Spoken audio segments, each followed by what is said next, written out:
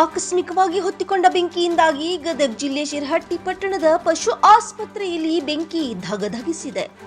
ಪರಿಣಾಮ ಪಶುಗಳಿಗಾಗಿ ಸರ್ಕಾರದಿಂದ ಬಂದ ಔಷಧಿ ಸೇರಿದಂತೆ ಕಚೇರಿ ಪರಿಕರಗಳು ಸುಟ್ಟು ಭಸ್ಮವಾಗಿವೆ.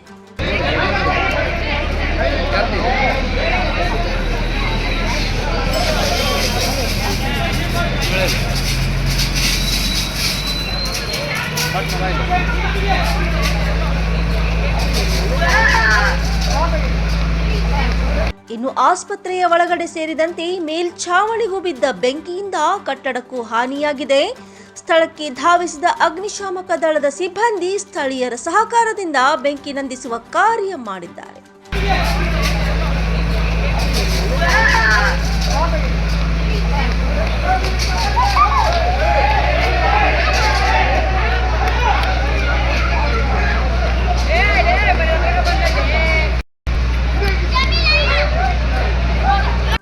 ಅದೃಷ್ಟವಶಾತ್ ಯಾವುದೇ ಅನಾಹುತಗಳಾಗಿಲ್ಲವಾಗಿದ್ದು ಶಿರಹಟ್ಟಿ ಪೊಲೀಸ್ ಠಾಣಾ ವ್ಯಾಪ್ತಿಯಲ್ಲಿ ಈ ಘಟನೆ ನಡೆದಿದೆ.